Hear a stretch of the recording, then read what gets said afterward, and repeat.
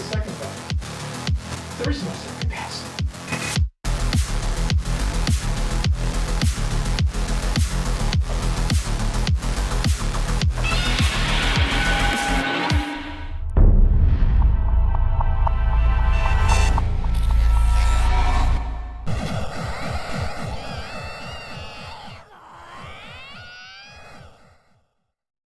Good morning, Crypto Chaos. How's it going, guys? Good morning, good morning, good morning. We got Crypto JPEG here. wake up, and yeah, coffee. I'm ready. I'm ready to go this morning. Looks like Bitcoin is too about ready to. Oh, we just hit 115,000 right here on the live. Let's go. Yes, good morning, Chaos crew. Crypto JPEG, of course, is the first one here. Otaku Tuesday. Let's get it, guys. Start this bull run. Wake me up when we're there, says Easy. We're going, man. We're heading in the right direction, at least for now. We'll see how tomorrow goes with, of course, JPal. Good morning, Crypto Chaos. Yes, good morning, of course, to you too. Cody Bakua, getting ready for, yes, Tinfoil Hat Tuesday night. Tonight, guys, we're going to do Tinfoil Hat Tuesdays. Hello, humans. Yes, happy, joy too as well. Strawberry Dragon GG, Braveheart Cliff, Crypto JPEG Nebs, Cody, Jake, Danny, Beebs, Go Time. Damn, everyone in the house. Let's get it, guys. Let's get it. Oh, good morning. So yeah, Bitcoin hitting 115,000 at the market open. Let's unpack and see how we did last night with Crypto Chaos, shall we? All right, Crypto Chaos Magic last night, of course, hitting it out the park as per usual. Basically on top of our baseline target, heading towards our bull right now. Of course, calling for baseline bull last night. Right down the middle. Here we go. Again, winning. Duh. You guys, the same crap, different day. Let's get the day started.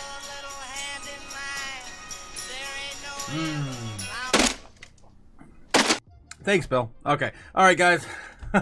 So, not too bad place to be in the very beginning of the morning. I did like that we, of course, flipped this entire parallel channel into resistance now. Hopefully we can hold this. I am not going to get rid of this on the board, though, until Powell gets up there and speaks, because anything, of course, can flip us back down, and we go back, of course, into the parallel channel.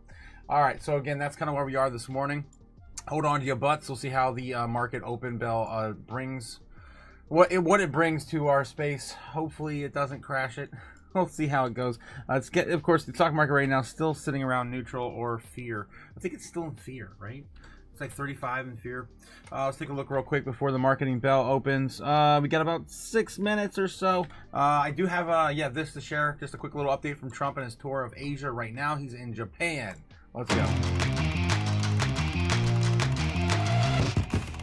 Let's get now to high interest. Look what's making headlines around the world. President Trump is wrapping up his Japan visit with a dinner of top CEOs that includes Apple's Tim Cook, OpenAI co-founder Greg Brockman, SoftBank CEO Masayoshi Son. Trump praised the new prime minister of Japan, Sanae Takaichi, and pledged to be there for Japan. The two leaders vowed deeper defense and economic ties with Tokyo, outlining $550 billion in U.S. investments in energy, AI, and minerals. The president is now going to head to Seoul and then San Francisco for the APEC summit. Meanwhile, President Trump's media firm is entering prediction markets, unveiling a Truth Social feature that users can use to place wagers on elections, inflation, and sports. The venture, called Truth Predict, has backing from Crypto.com. It extends Trump Media's crypto push as rivals Polymarket and Kalshi see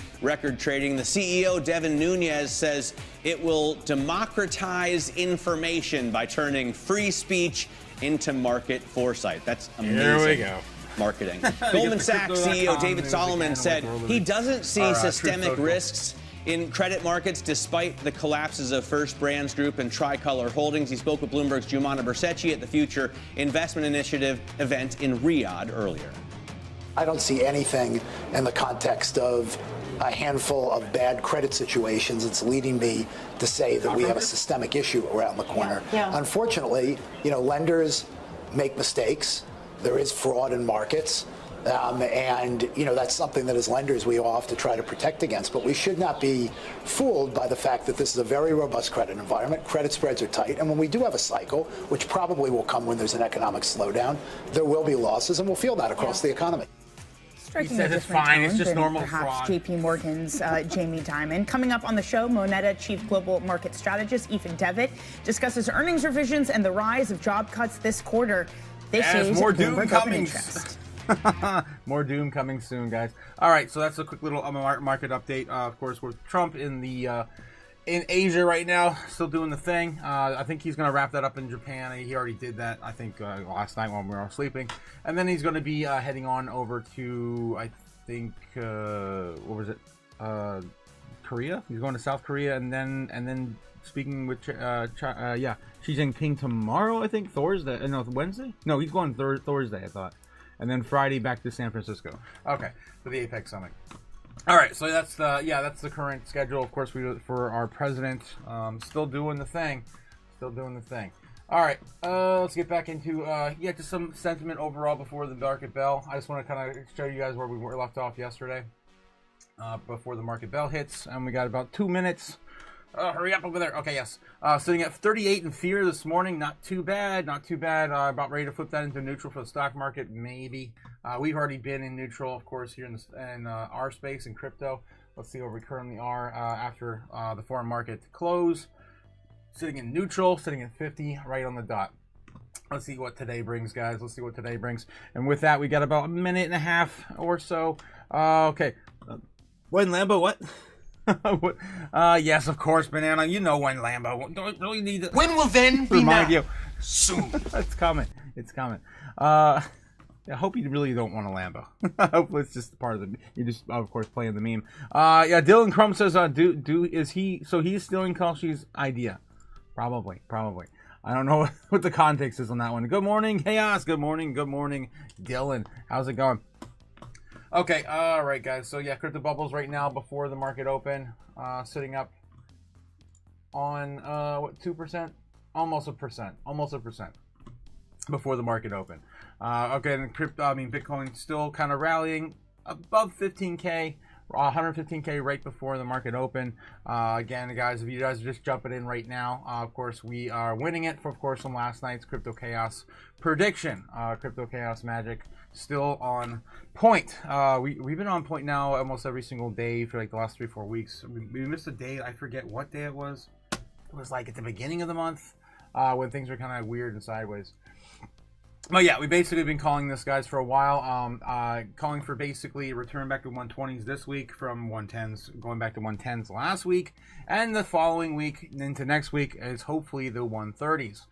So we've been playing this incremental $10,000 Bitcoin price week after week after week. That's been the plan. We've been talking about that for a few weeks now. All right. So guys, we're almost ready. We're almost ready to go. File for you today, 11. And maybe we'll get into some more of this as well. Some more, more doom in people's cars this morning. Coming soon. All right, let's see if we have time for that later. Let's get back over to Bloomberg before they ring the bell. That should happen here in about 30 seconds. Come on, Bloomberg. What are you doing? Meta, they're doing some quick little Meta with CTO on investments in AI hardware. I think we've already seen this snippet. They've been playing this in between in the commercials. Okay, moving on. Just waiting. Hope you guys are ready, guys. Only time. That's all that's against us right now. It's just time. Jeez. Any second. Ring the bell. Let's go. Bringing you up-to-the-minute news whenever and wherever it happens. I'm Matt Miller, the Circuit de la Sarthe in Le Mans, and this is Bloomberg. Seriously. Ring that damn bell. We are moments away from the start of trading, and there have been a flurry of announcements, including one from Microsoft and OpenAI, that have really boosted this market higher, at least in terms of the futures. You can see we're up 0.25% here, and the NASDAQ futures up 1/3 of 1%. A record on a rally, or rally on a record, I'll say, again, as I said yesterday, after we hit all-time highs on nearly every benchmark index yesterday, or at least everyone that I've checked so far, we're rallying further. This is pretty cool. Andrew Ross Sorkin ringing the opening bell at the New York Stock Exchange in honor of his new book, 1929. I'm in the middle of it. It's pretty incredible. The Financial Times, the Wall Street Journal, the New York Times have all given it great reviews. They say it's a work of scholarship and genius narrative storytelling. So check it out if you care about history. Pool Corp, speaking of history, 30 years listed on the NASDAQ. It's not been a great history, though, for investors. Over the last 5 years, it's down 20%, and over this year to date, it's down 14%. So it hasn't been really fantastic if you own the stock, but I guess still an incredible milestone. Right?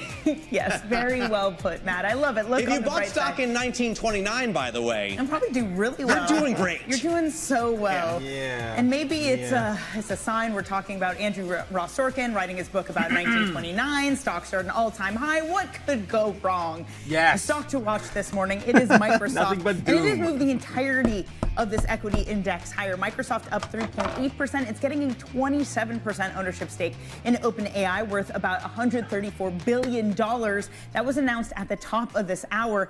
And this is the thing about this market. You announced something about OpenAI, and congrats, your share price will rally. PayPal is going to be the first company to add its digital wallet to ChatGPT. Those shares up 7.8%. They also had earnings that beat, but who cares? They got Pretty an bullish for OpenAI PayPal. deal, Matt. all right, UPS is seeing its biggest gain since 2022. It smashed Wall Street's profit expectations and has cut 34,000 jobs so far this year. Of course, this is just one more story of a company that has really underperformed the market. UPS has done... Yeah, UPS. All right. year to date. And Come on. Things breaking. And as a result, especially when you consider the S&P has doubled, right? The economy has grown so much, and yet UPS has done so badly. Over 5 years, down 37%, even with today's 10% gain. So the bar is low, Jesus, and that puts the 10%. gate. That's a single day. It's crazy. Today, Amazon, hasn't dropped, but it's underperformed the Mag 7. It's underperformed the S&P drastically, and it comes out with a layoffs announcement, and the stock pops. So that's one of the sort of storylines that we're following. It feels like the storyline. Profitability is better at these companies because they're cutting jobs. And how long can that sustain this equity market? Right. Well, we Come on, look Matt, forward bring to on how the also doom. the Fed takes this in tomorrow. Let's bring in Moneta Chief Global Market Strategist Ethan Devitt. go. Ethan, are we seeing, now the cost of trying to drive stocks, trying to drive profits by releasing your workforce? Is that going to be the story of this season? It certainly has been a message that has been rewarded consistently. CEOs know that. They know that this is the kind of good news is bad news is good news conundrum. And we spoke about cockroaches last week. This is really the scorpion story. This is a story of AI with a sting in the tail. Yes, cockroaches and the debasement trade. Don't forget the debasement trade. We know that the sting of the tail around AI is definitely job losses, and we haven't fully digested what that means for the consumer. So just getting back to the sense of overweighting the US, right now, the sort of story we've heard Larry Fink speak about is this, there have been records in the US. It is primarily a big tech and AI story, but I think it's interesting that you mentioned these laggards that have started to play catch up. If one is to overweight the US, it is critical that that is done in a way that is diversified across the spectrum, not to be overly concentrated in those big tech stocks, which are going to be more volatile after the kind of run-up we've seen. And Ethan, we're going to be speaking to our in-house economists in the next hour about all these job cuts. But just looking at some of them that we've heard in the last month, and this really just scratches the surface. Okay, UPS, like 34,000 cuts this year. Amazon, 14,000. Target, just under 2. Applied Materials, 1,400. Charter Communications, 1,200. Nestle, 16,000 jobs globally. Sure, that helps with margins now. But at what point, and if any point, Ethan, does that weaken the overall economy, and especially for some of these consumer-driven companies, start to bite? I think it's already biting, certainly at the consumer level. It's not been reflected in share prices. That is the divergence between the real economy and the stock market that we're seeing. And we know from the leaked memo from Amazon this week that there are far more job cuts on the horizon. There is a narrative that suggests that with cobots and co-pilots, that there'll be a lot of demand for AI engineers and people to run the robots or cobots. But I do think that that's really trying to mask the picture that we know the big driver of this is efficiency, is productivity gains, and the ability to displace workers. So the question is, what does that do to Main Street? And I don't think we've figured that out yet. The jobs data we're getting is patchy. We know that with the shutdown, there has not been the consistency there. So we have to think about this K-shaped recovery and how the lower end consumer is coping. They have been saved to date by the fact that fuel prices are low, food prices are somewhat in check. But we know that they have a little bit of participation in the stock market, so it's not completely divergent and foreign to them. But the lower end consumer will be in focus, and that's where we're going to see this pinching on the private credit side. Yeah. Wall Street's still delusional. They're still delusional. We're not doing okay with grocery prices. I show you guys videos all the time now. They're not doing fine. I wonder how AI, this story is going to play out, because we're investing now trillions, or forecast to invest trillions, and there's a lot of circular deals that may or may not make sense. But it does look like we're going to see AI destroy a lot of jobs.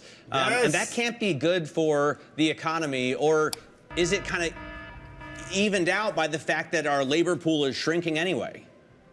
Well, certainly it's shrinking with this new immigration policy and maybe with the aging population. But I think we know that the aging population, they do need to come back into the workforce. That was a big thing we saw change during COVID. The older population did not come into the workforce. They have to come back in now simply because inflation, despite the fact that the headline level is low, we know that experienced inflation, especially around healthcare costs, and that's why we're still in a shutdown, is because of disagreement regarding that is going to affect the lower end consumer. So I do think that the jobs numbers are very mixed. And what's important is that who is really controlling the narrative here? If the narrative is being controlled by big tech, we will get a positive spin on the job cuts, and we will get a positive spin on AI being good for the general public. I think it's important really to parse back the narrative, look at the fundamentals, look at the subprime auto loan companies that are not making it, and then go from there. So it is a problem. It's the sting in the tail. This is a scorpion story, not a cockroach story, but we really do need to be more nuanced in how we look at AI. Yeah, a cockroach, I'll gladly squash. A scorpion, I would scream and burn down my apartment building, I think. Ethan, thanks so much for joining us this morning. Moneta, Chief Global Market Strategist. Okay. All right, guys. That's, of course, Bloomberg. With more doom this morning pertaining to, I guess, the strength of the economy and the consumer. Yeah, the average consumer cannot afford this right now, guys. We're living paycheck to paycheck. We're, of course, the middle class is what I call not the middle class anymore. We're upper poor. We're the upper poor class. Again, in terms of real numbers in our balance sheet on our typical. Let's get back to bank account. Now, of course, our crypto accounts, where we're living in ridiculous crypto millionaire land. but anyway, that's of course for another day. Let's go into some more doom. More doom, possibly. Yes, more doom. I don't think I shared this one yet. Yeah, this one. This little clip right here. Of the U.S. economy. This, right? A new survey shows that about a quarter of Americans are using buy now, pay later apps like Klarna, Affirm, and Afterpay just to buy groceries. We are not talking about sneakers and vacations. We're talking about milk, eggs, and pasta on a payment plan. And that number is climbing fast, which means more and more people literally can't afford food up front anymore. Let's be honest, Wall Street might look fine, but Main Street is starving. There you go. Straight from the horse's mouth, I guess. Nothing against her personally. It's just, as the saying goes. And this is where we're living, guys. We're living in this world where everyone's ignoring, of course, the middle class. We're getting phased out, and we are now upper poor. It's happened. Everything I've talked about this entire year has happened. It's insane.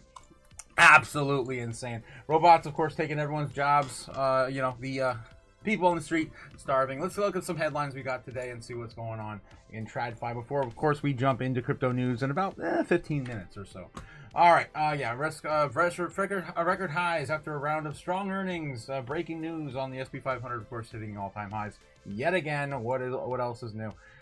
UPS, I guess had a decent day, but still cutting jobs as part of turnaround plan.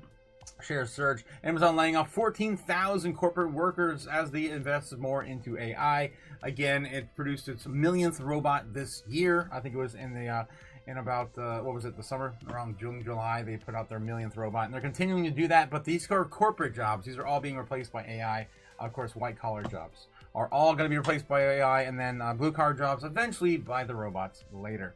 ARK Invest CEO Cathie Wood flags AI market correction risk. We think there will be reality check. Nice. We got Cathie Wood here with some more doom in the morning as well. I love Cathie Wood so much. Of course, crypto. I guess Crypto Mary, I guess, to Bitcoin Jesus. That would be Michael Saylor. All right, yes, ARK Invest Cathie Wood, CNBC on Tuesday said that she expects to shudder in markets and interest rate to begin and to rise. Wood acknowledged the prospect of reality check and artificial intelligence valuations, but rejected fears of an AI bubble. Still not there, she says. Her comments came in sidelines of Saudi Arabia's future investment initiative plan in Riyadh. So ARK Invest CEO Wood said on Tuesday pushed back on fears of artificial intelligence bubble while flagging possibility of reality check for AI evaluations. Speaking at CNBC's Dan Murphy on the sidelines, Saudi Arabia's future investment initiative, the F2 in Riyadh. Wood said that the interest rate as interest rates begin to rise, there will be a shudder in markets. We are going to reach a moment in the next year where the conversation will start to shift from lower interest rates to raising interest rates.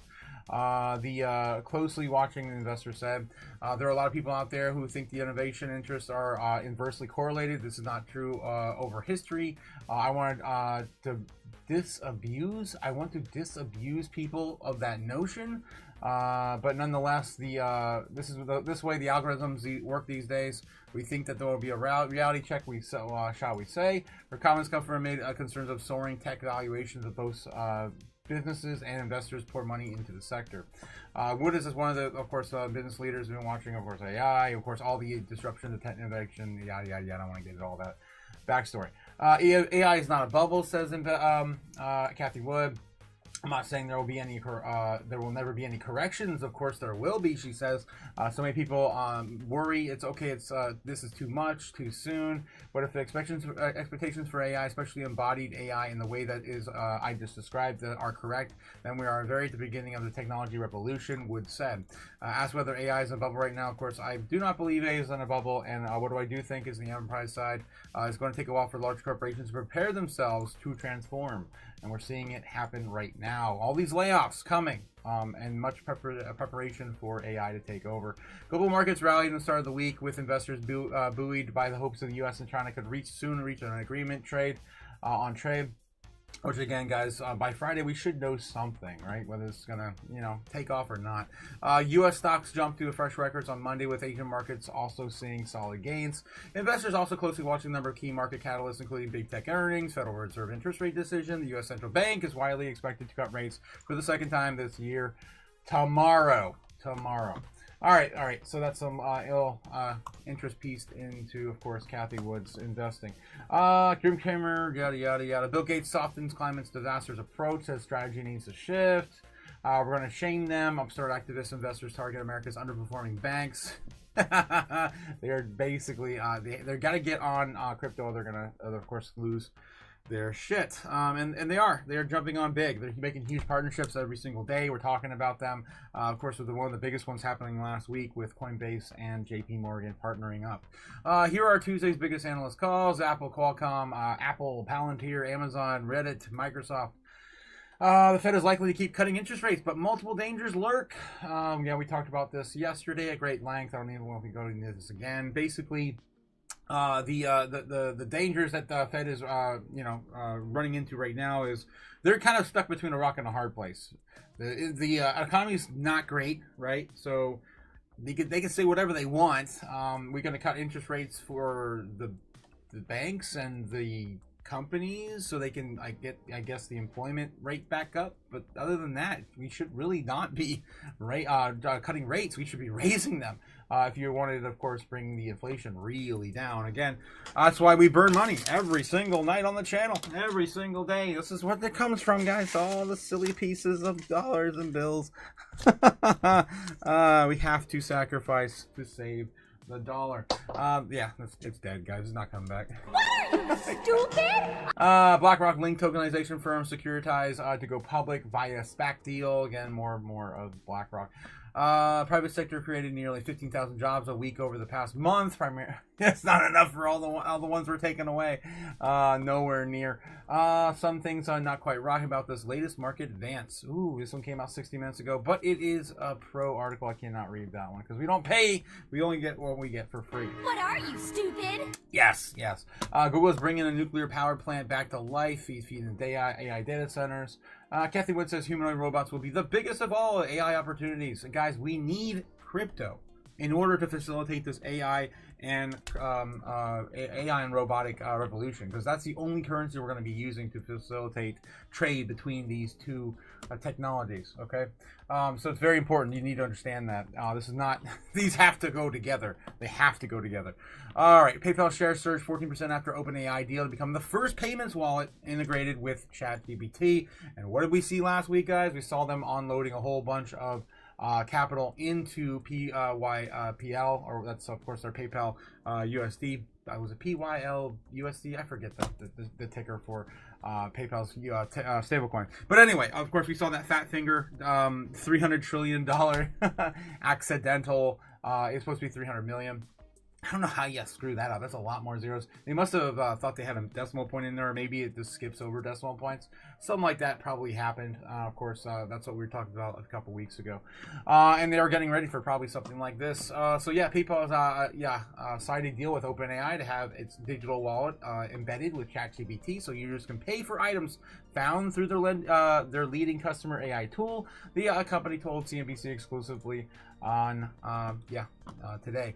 Shares of the company jumped more than 40% in the pre-market, trading in the news. The agreement sealed over the weekend means that starting next year, both sides of PayPal's ecosystem can plug into ChatGPT, and PayPal users can purchase items through AI platform. This is just the beginning of what we're going to see in between these two technologies. All right, getting back in the chat, guys. I'm behind in the chat. I gotta catch up with you guys. All right, let me throw bubbles up here real quick and see how we're doing. And I'll jump back in the chat. Looking pretty good today. Look at the sea of green we have right now. Bitcoin sitting at 115.3. Wow, crossing that threshold. Sorry, guys, I had something in my throat. Okay. Let me get back in the chat here and catch up with you guys. Let's go. Good morning. I finished my coffee. No, I finished it too early. Yes, happy Solana ETF day. LFG says Maximus Diamond. That's right. We got Solana coming out this week, and other XRP ETF coming out this week. We have HBAR also getting an ETF this week. Guys, that's all happening this week. I don't think the meme coins are getting their ETFs, so I haven't heard any news yet. There was, of course, a plethora of ETFs supposed to be getting ETFs going this week, this month, but I don't know if that's too late. Not going to play out with the minimal staff they have right now with the government shutdown. Let's get this money. Yes, Gamma got us. Good morning, Gamma. Let's get it. Yes, good morning. I bought silver in 1929. If you bought silver in 1929, you are finally in profit. When I read that while I was playing that video, I about died laughing. Guarantee Max Waters bought that in 1929. What are you, stupid? Yes, she did. She's like 85, 90, something like that. We are the cockroaches and they are the shoe, says Dylan Crumb. Don't say that, man. We're gonna fight back with wrenches though. We're coming in strong and hot. Grand Rising. Hey guy, my finger's almost fully healed. I wish I could say the same. I don't know, Gab. It's kind of weird how like your life and mine are kind of like a weird parallel right now. I had a similar thing happen to me a few weeks ago. I dropped a bottle of wine on my foot, cut up my foot, and of course picked up some glass and just completely butchered my hand. And I didn't stitch it back together. I just kind of glued it back together. I got some permanent nerve damage, I'm pretty sure, but it's still taking time to heal. It's been like 3 weeks. Probably the deepest cut I've ever had on my finger. Almost hit the bone. I went through all the muscle. But yes, Gamma, also the same thing. Similar thing happened to you, apparently. And fingers almost healed, she says. What happened to your finger, Gammas? Yeah, what happened? We never got the full story. Okay, she was cutting cabbage the other day and had a few more days, and it'll be good as new. There you go, Gamma. There you go. I heal like a Wolverine. Yes, like Wolverine. Let's go. Yeah, cool guy. A little rowdy, but yeah, I like Wolverine. Super Gamma, yes, Super Gamma. Yeah, hope it heals fast. Me too, as well, Cody. Thank you, Cody. Yes, of course. In the chat, blessed be our goddess. Yes, yes, blessed be the goddess, our chaos goddess on the channel, Gamma Goddess. Grand Rising Nebs, yes, Grand Rising Nebs as well. Yes, this start date, or just me. Is this start late or just me? And just you, Tiny, just you. You better have some music for the burn ceremony. Damn, man. I don't have that going yet. I just woke up. I'm finishing up some assets for Tinfoil Hat Tuesdays tonight. So tonight we're going to be doing, of course, Tinfoil Hat Tuesday. It's going to be fun. We're going to, of course, try to incorporate some paranormal news into the channel on Tuesdays. Also, maybe some, of course, some crypto-related conspiracies. And there's a plethora of those. Of course, we're going to get into that later on tonight. Fangirls over taco. What the hell, Scrub? What's going on? How's it going, Scrub? It's been a minute, my man. It's been a minute. How you doing? Damn you, okay, Otaku? I'm doing it, man. I'm living the dream, I guess. One near mortal injury at a time. Yes. Oh my God, is it your left thumb, Otaku? It is. Wow, that's crazy. It's your left thumb too. That's insane. We are like, yeah, somehow linked by fate. I hope not. Quantum entanglement, yes. Okay, yes, Gamma. Left hand slice, thumb slice, or satanic bloodletting. Ooh, I wouldn't go that far. Come on, Tiny. We don't do any of that kind of magic here on the channel. We do, of course, chaos magic, not dark magic. Scrub says I'm here, Otaku. Yes, I just haven't been social lately. I hear you, Scrub. I hear you. It's just how, of course, we react to our surroundings. Okay, all right. Let's get going back into the chat. We are caught up now. Let's get back into the news, the sentiment right now. Let's take a look at overall sentiment and then get into crypto bubbles real quick before we look at crypto news. Do one more round of Tradify before we do that as well. Okay, so right now we're sitting at we need how about crypto, fear and greed, and the stock market. Stock market, fear and greed, sitting up, teching up right now. Yes, we're out of the 30s, and now the stock market's sitting at 43, almost into neutral territory. This in the morning, of course, we opened at 50 for crypto. Fear and greed now sitting at 50 as well. Same thing. Nothing has changed. Yep, same thing. Bitcoin doesn't care though, sitting at 115,000. 3 or 4 right now in the market open. Again, guys, this could be a bear trap. I mean, a bull trap, so don't take that with face value. That's why I did mention, if you guys are just joining in right now, I did mention when we started this today that we are rallying. We, of course, hit our baseline bull right on top of it, right on top of the bull right now this morning, sitting at 115,500. But I did leave the parallel channel up because it's possible, depending on what Pal says tomorrow, we do retest this. And we've been trying to really keep this as a level support now on the top of this channel, which is great to see, of course, that flip. But we do need to have some positive statements, some dovish statements from Pal tomorrow to keep this, above the water. All right, so right now we're facing the biggest piece of resistance we have, which is 115,800. I really don't want to see 120,000 until after Pal speaks, right? So I kind of want to just kind of keep this contained. Maybe we hit 116.17 today. That would be nice, but those are the two biggest resistances we have left on the board. Let's take a look real quick at Kim by the White Star Line, bringing us, of course, the live heat map for free. Don't pay for something you get for free, guys. Don't do it. Jeez. Okay, sitting right now at about 115,005. It's looking pretty good. We're still looking like we are range bound, but there's a lot of bets being taken place, like even closer to where we are today, much lower. Look at all these new ranges now. So we just smashed through all these on the last few days, and now we're starting to set up shop and build a whole bunch of new levels of support. This is really bullish, actually, guys.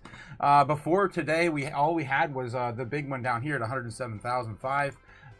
So it's nice to finally see this start to flip bullish above us, and with really quick motion to set up shop.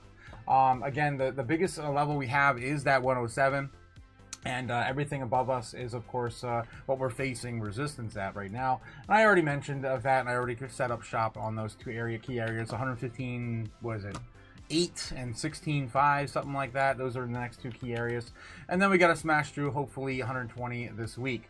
That's, of course, the plan. Get back to 120s, maybe end the week if Powell, again, gives it to us, right? If Powell gives it to us straight, then we'd be looking at keeping some of these levels up here before eventually taking the 130s in next week's monthly open. All we got to do, guys, is remain oversold into monthly open, and we're probably guaranteed to see 130 by the first or second week of November. And again, or beyond, depending on what happens, government shutdown, everything else with President Xi, all those other catalysts could, of course, make Bitcoin explode higher to the upside.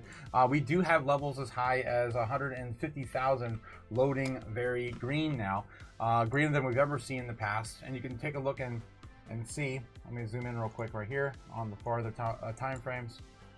Yeah, you can see here. That 150,000 right here is loading. Look at all these new areas that are getting greener and greener by the day as you get closer to November. It's possible that we do see 140s or 150s by November. Again, if we're just following the gold, parity, right? If we're just following gold's parity with the lagging indicator about, what, 3 months, 2.5, whatever it is, we hit about 150,000 by, was 155,000 by December, the middle of December.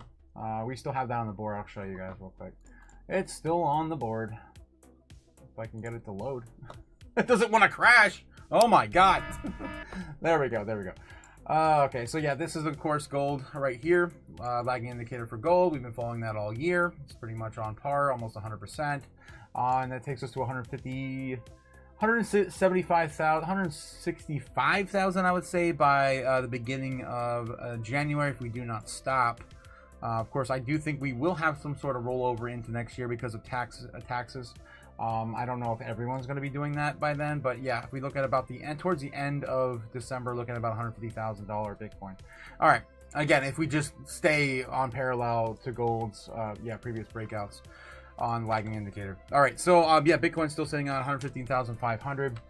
Let's dive back into the guys. Let's see what else we can dig up with the TradFi news and get back into crypto news. We're about 2 minutes in. I don't want to be late. Gotta be on top, on point.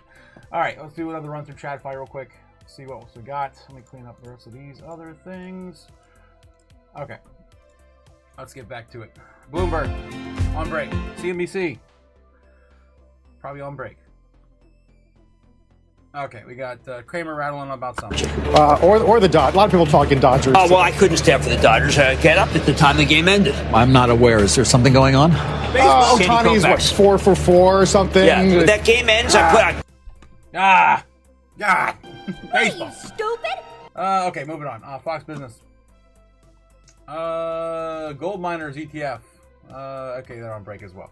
All right, guys, that's probably our cue to jump over to crypto news. Let's do one more run through. We didn't look at Fox Business headlines today. Google teams up with energy giant to revive a long-shuttered nuclear plant.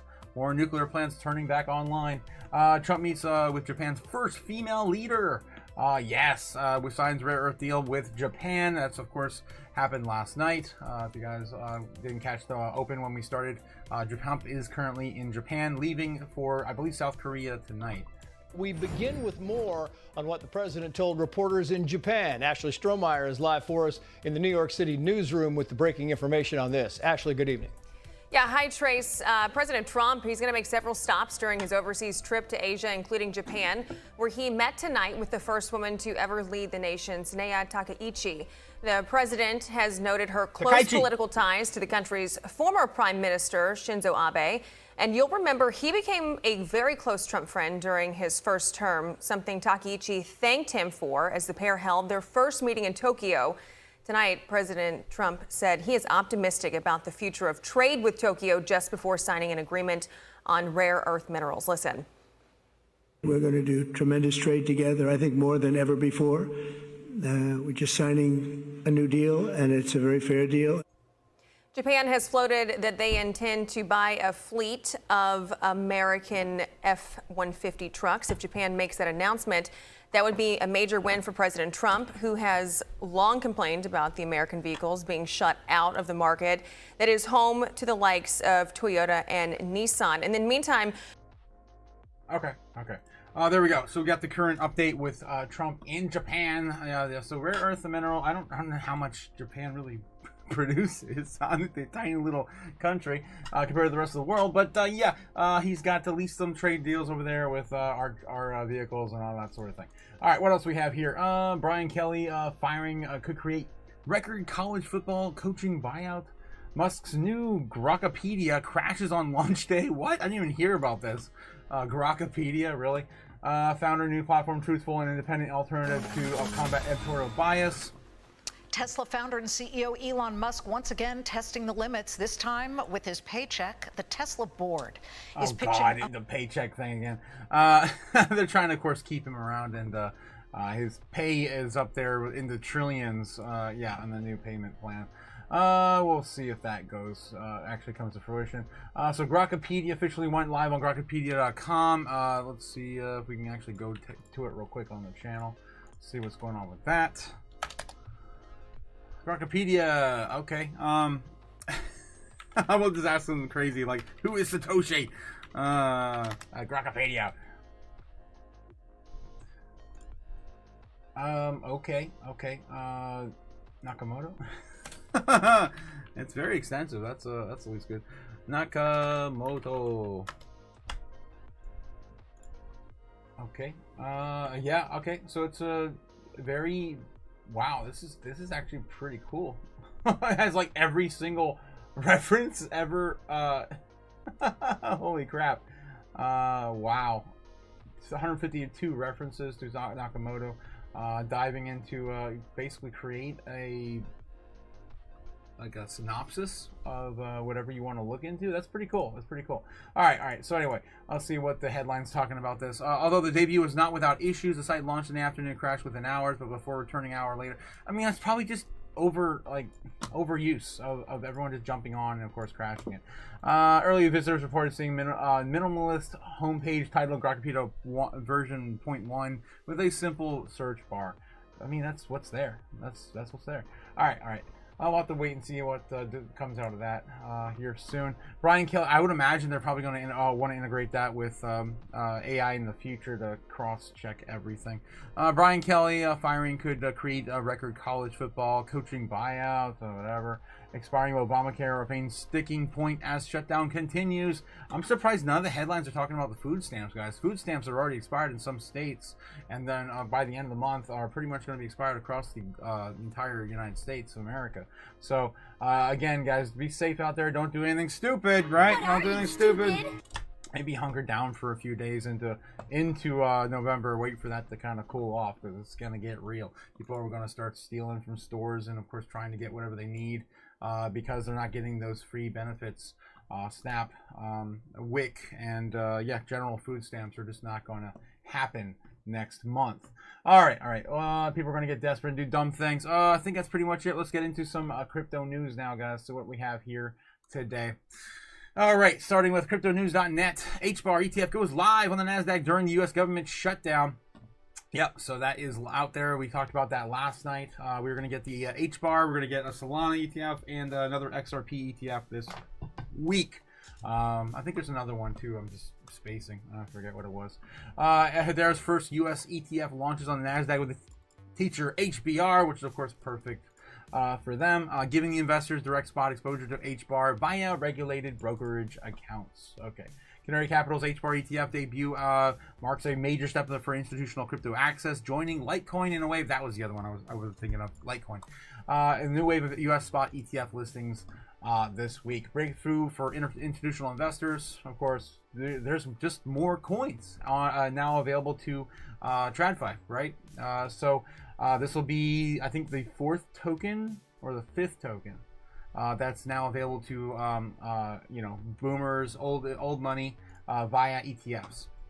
That's going to be, of course, Bitcoin, Ethereum, Solana.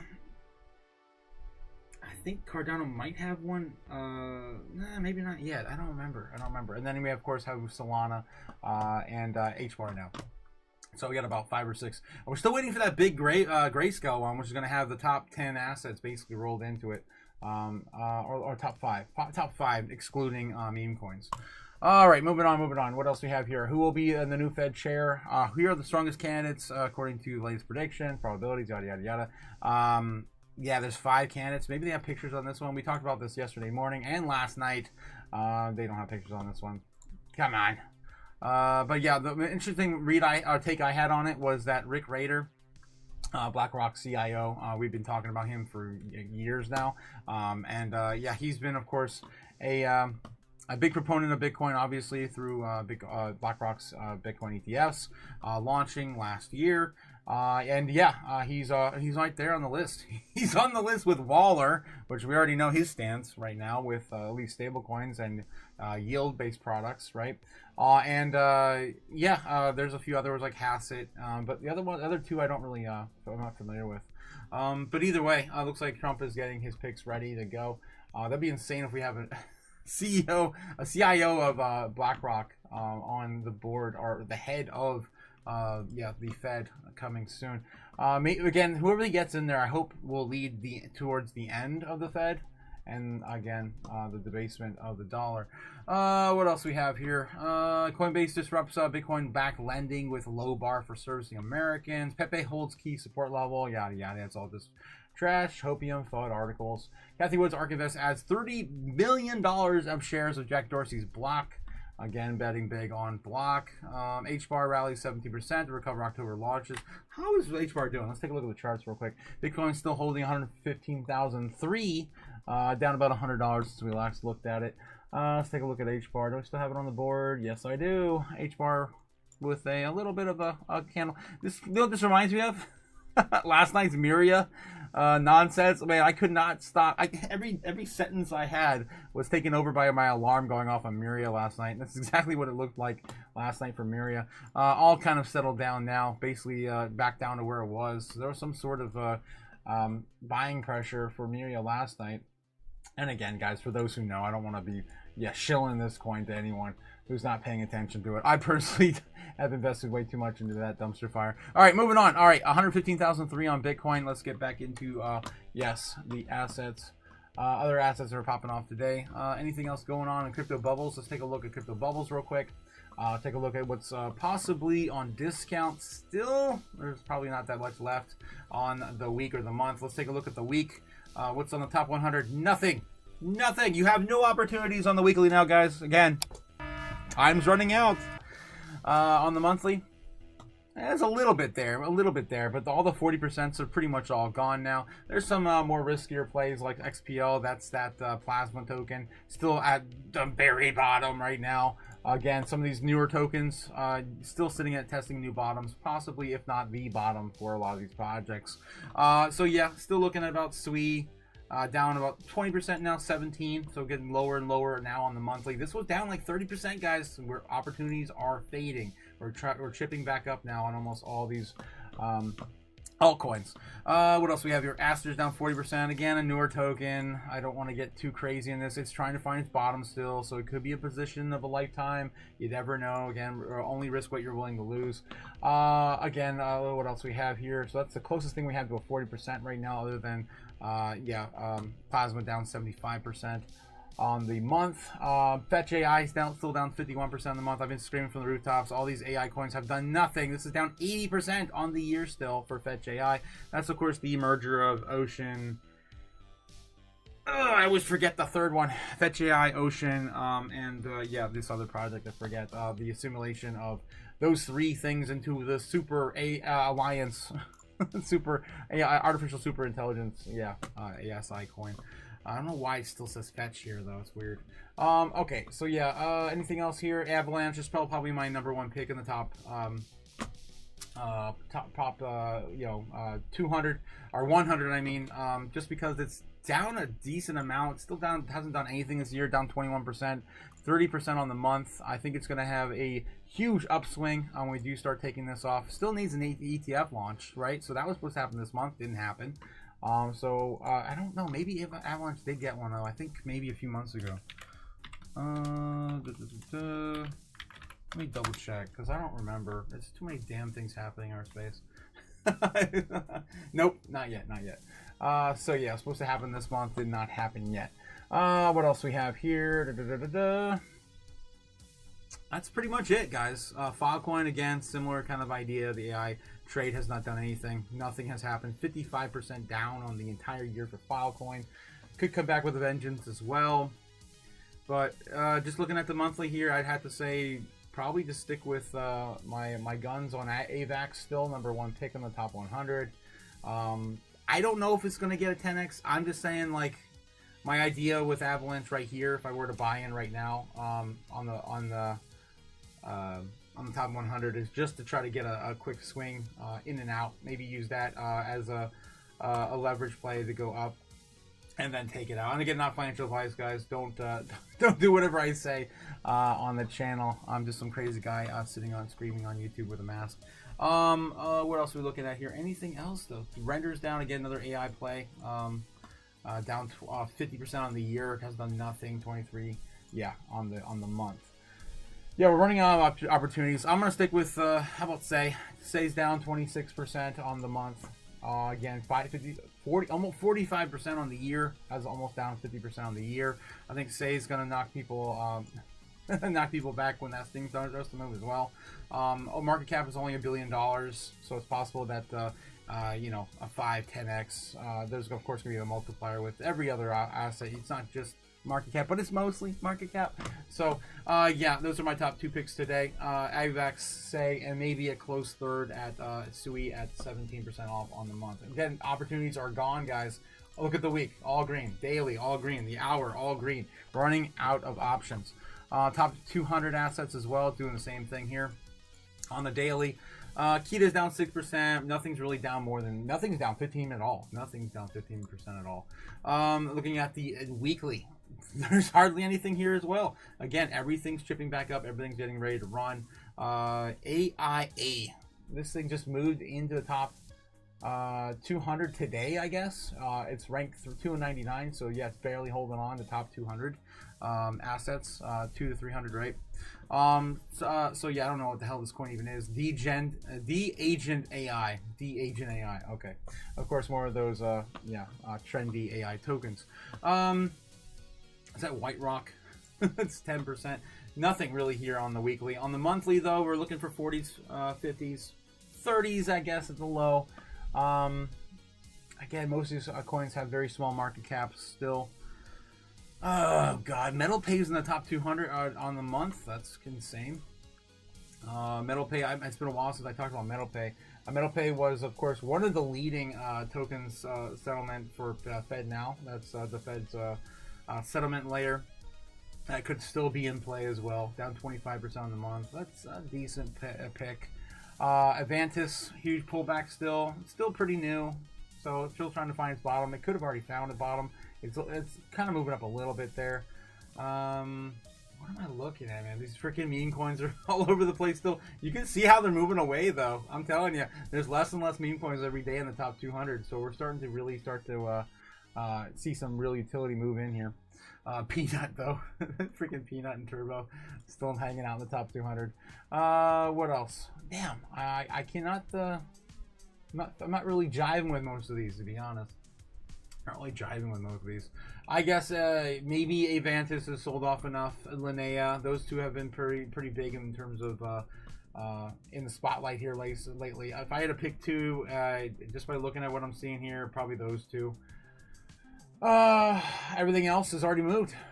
Again, so our wormhole is pretty much already moved. Our Jasmine, it's sitting flat or something. It's already moved. XCN sitting flat enough. It's not a huge opportunity. Again, already moved. So again, we're running out of options. Again, the longer you wait, the less you're gonna have to choose from. All right, guys, those are me my top picks today. That's all I got.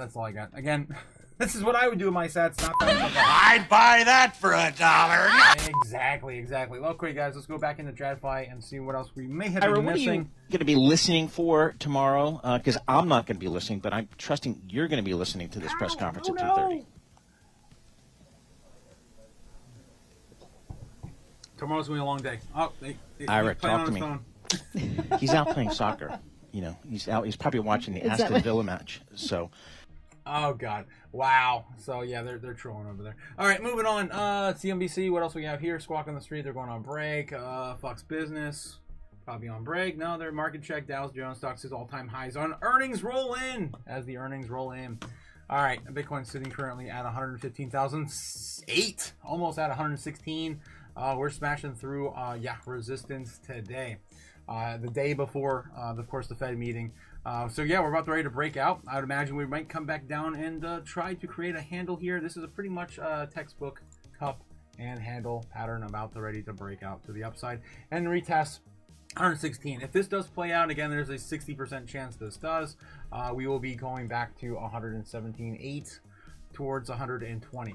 I'll probably hit our head hard on 117. That'd be my guess. Again, if this does play out. Like it typically does. Yes, 117's here. Maybe 117.5 would be the pullback. Right about there, yeah. So that's probably my guesstimate. Again. Alright, just calling it like I see it. Alright, moving back into what else we have. News on crypto. Gotta get back in the news on crypto. Before me catch up again in the chat. Oh my god, let me get back in the chat. I'm all over the place today, guys. Sorry, bear with me. What is taking over my screen? Okay, there we go. When? When soon? Seriously? When will then be now? Soon. Soon. Japan has leverage with China talks, for your information. Really? I mean, we're still one of our biggest allies.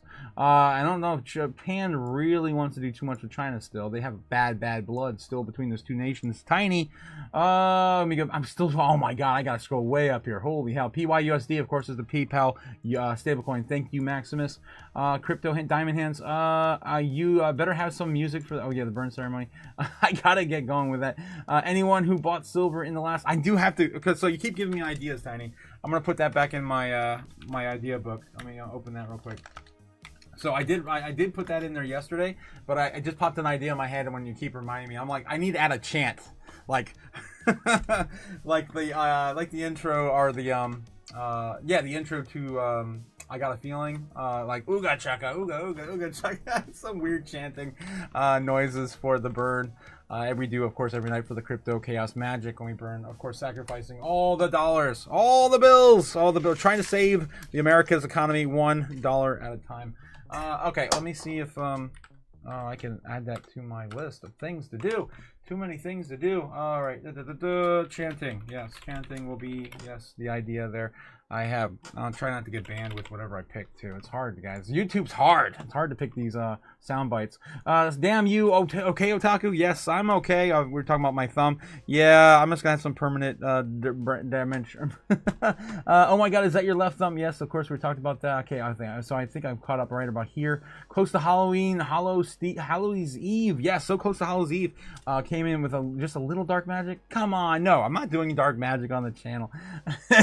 No, goth kid in high school, and no, say no to the goth kid in high school, says Tiny Mouse. Oh my god. Mini Bear Trap, Andy, yes, coming in with the soon. Let's go. When will then be now? Soon. That's bullish when you got the whale in the chat, of course, saying soon, guys. Let's go. Love it. Thanks again for stopping by, Andy. Give a round of applause to, of course, our resident whale. Japan is leveraged with China, folks. Yes, of course, is what Tiny says. Elon Musk is God. Wow, Max. You're probably kidding. All food stamps cutting November 1st. Guys, November 1st isn't true. Go to factcheck.org. I mean, some state. Okay, so there is a caveat to that, right? And the caveat is some of the states are going to have their own funding to keep it alive, but I think they're running really close and running out. And food stores are also doing that as well. But honestly, it is what it is, right? This is unprecedented times. We haven't seen anything quite like this. We've had government shutdowns in the past, but they haven't shut down, food stamps. Story. We'll see how it happens. We'll see what happens. We're gonna probably do some crazy live streams covering, like, people rushing into stores and stealing stuff, kind of like the riots we saw a few years ago. Anytime, my good friend, anytime. Yes, thanks, Max. Okay, Cody Bakula says story is 38%. Damn, 38% down, all sold off. Story. That's down. That's a gaming token, right? I forget what story is. I can always forget what story is. Let's get back into IP Story real quick and check on that for Cody in the chat. Bring us over to CoinMarketCap real quick. Take a look at Story. So Story sitting at $5.24 right now. Circulating supply is 322 million out of a total billion supply. So again, only a third of the way there allocated. So don't forget that. That's pretty big. Yeah, Story is an IP all-on bunch of defined and service foundation for intellectual property. Oh yeah, the intellectual property play. Okay, yeah, I gotcha. I remember with this one now. Yeah, so that one is a pretty cool token. But on the overall scheme, where we at right now? Let me look at the chart. I think I still have it on the chart. Story. No, I think I took it down. Let's get rid of. Damn it, what are we gonna get rid of? I could probably add it. I might have gotten rid of something enough. IP. Story. Oh my god, crypto only. Come on, we get real. Crypto. Spot, USDT. Kraken, yeah, screw it. The dollar on Kraken, let's go. IP. Oh my god, what a hell. What the hell is this chart's a mess.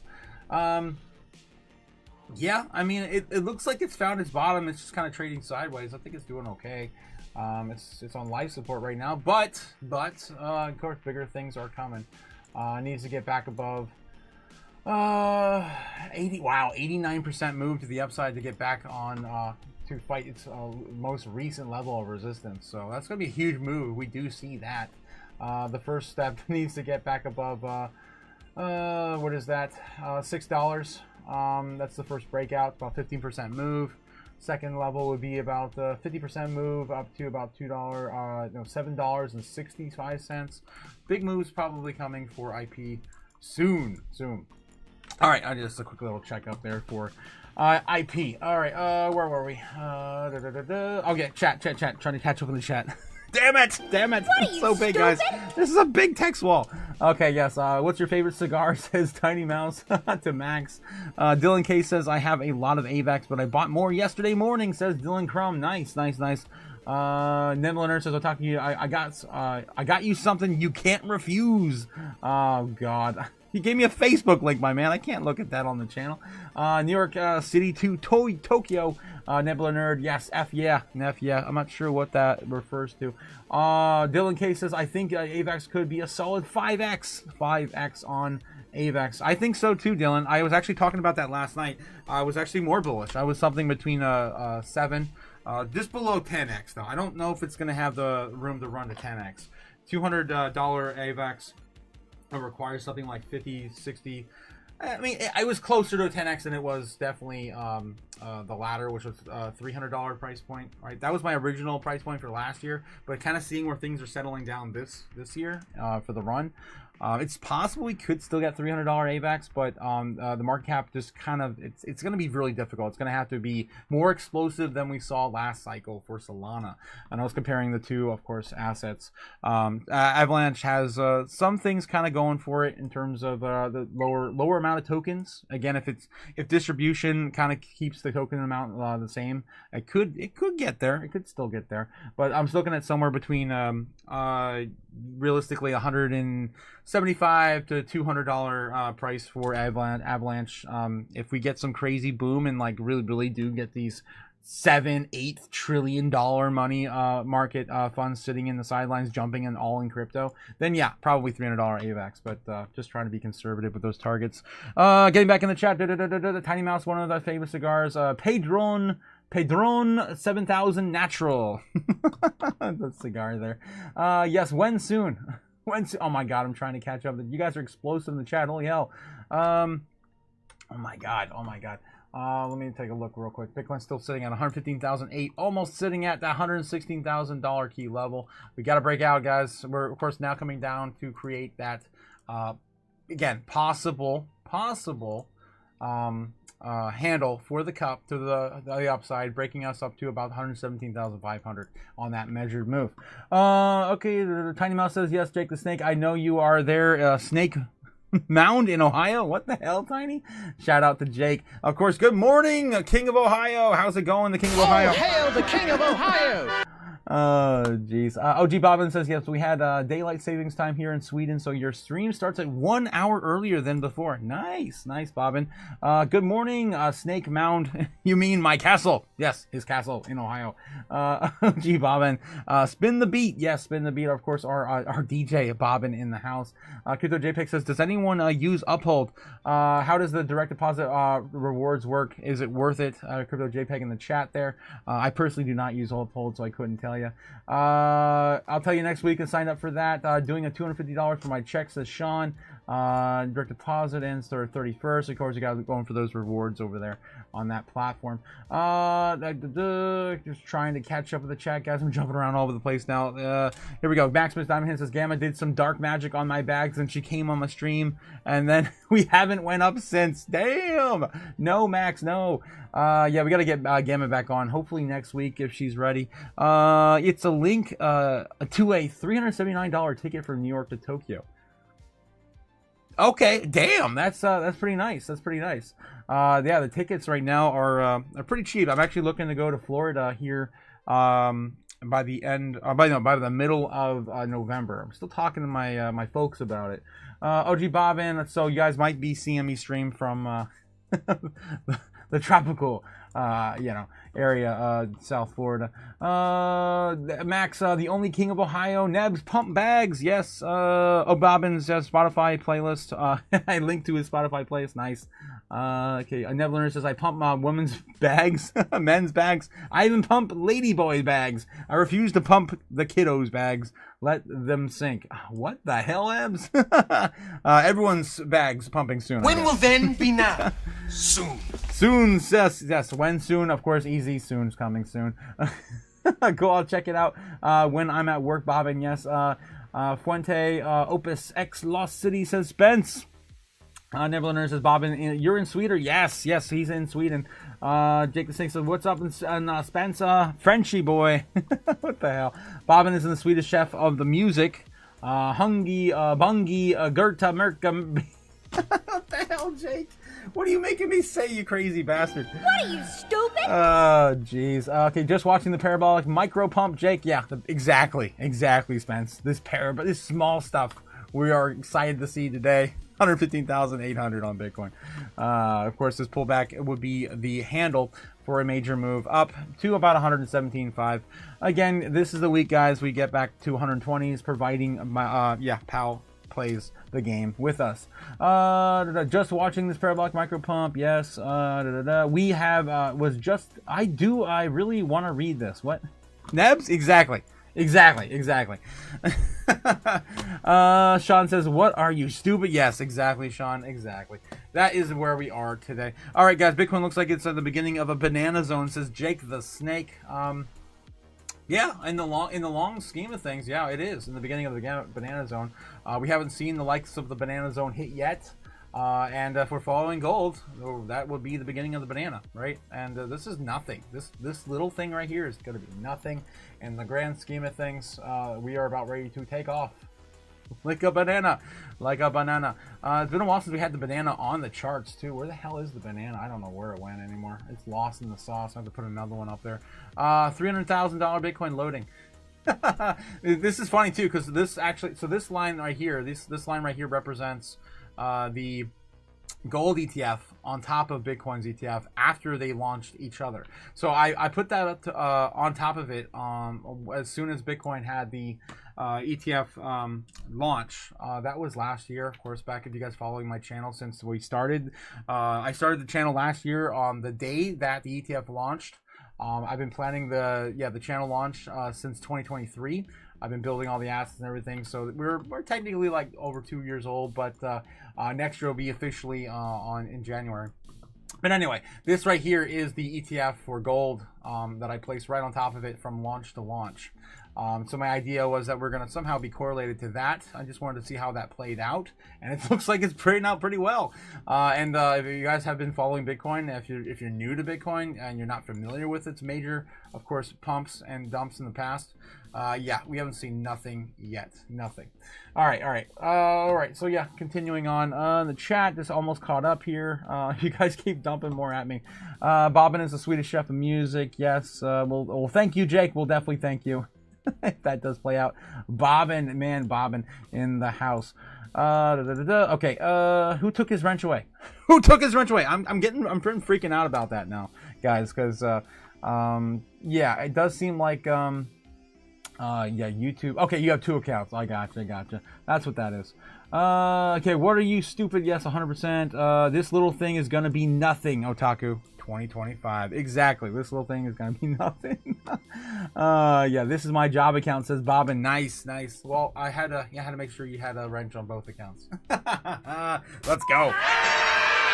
All right. We're caught up in the chat, guys. Let's go back over to TradFi News, see if they're talking about anything else pertaining to our space right now. And a spectacular view looking around at the Lower Manhattan, Uptown, and across the Hudson River. Good stuff here. One of the stock stories in the news, folks, is Amazon cutting 14,000 jobs. I was doing some reading of Bloomberg News, and they had like almost doubled their headcount pre-pandemic. Sure. To coming out of the pandemic, and so it makes sense that they should be shedding some jobs, perhaps. Let's check it with Putum Goyle. Also, they had their millionth robot in the summer of this year. Yeah, it makes sense that they're cutting jobs right now. Anyway, CNBC. Let's see what we have here. Also, okay, more boats being striked in our waters from Venezuela. What else is new? Just a different day. That's CNBC covering that right now. And we got Fox News says that industry leaders taking firm approach on employees. Return to office mandates in full swing. Yeah, if you don't come back to work, we're gonna basically replace you with AI, basically. All right. What else we got? Let's take a look at crypto bubbles again. See how things are rolling. Up 15% on the month. We go with the daily, obviously. We're on the daily. 1.1% now. So we have flipped green pretty much across the board. We were at 0.8 this morning, going back into a full point now this morning across the board. Top 100 assets here. Trump token, really? What are you, stupid? Oh, God. Up 20% on the day. And yeah, this coin also getting an ETF. That may be, it's probably pumping because of the deal with, again, the further deals with Crypto.com and True Social. And the Trump coin maybe is going to be rolled into this somehow. I don't know. Trump tokens on Solana network, so I don't know if that really is going to pertain to Crow so much. But yeah, that is pumping today. And the ETF for Trump was supposed to also happen in the month of October. What's going on with that? I don't know. We're going to win so much. Apparently. I'm not touching that damn thing again. I played with that in the beginning of the year. I made a few grand. I got the hell out quick, and I'm glad I did. I'm not touching that thing again. ETF, Trump coin. Did it launch yet? As of late October, nope, it still has not been approved. But it still was supposed to, with all the other meme coins, supposed to happen this month. Again, the minimal staff at the SEC has not allowed that to do so.